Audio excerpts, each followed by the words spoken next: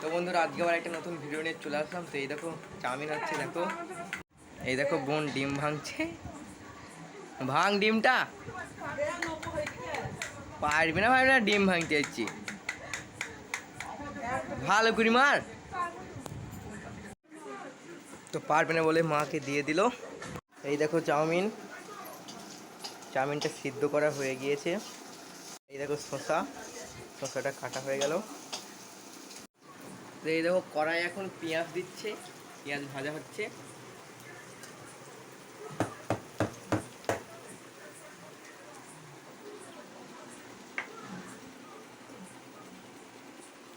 ডিমটা দিয়ে দিল কড়াইয়ে, এবার ডিমটা পেঁয়াজের সাথে নাড়া হচ্ছে।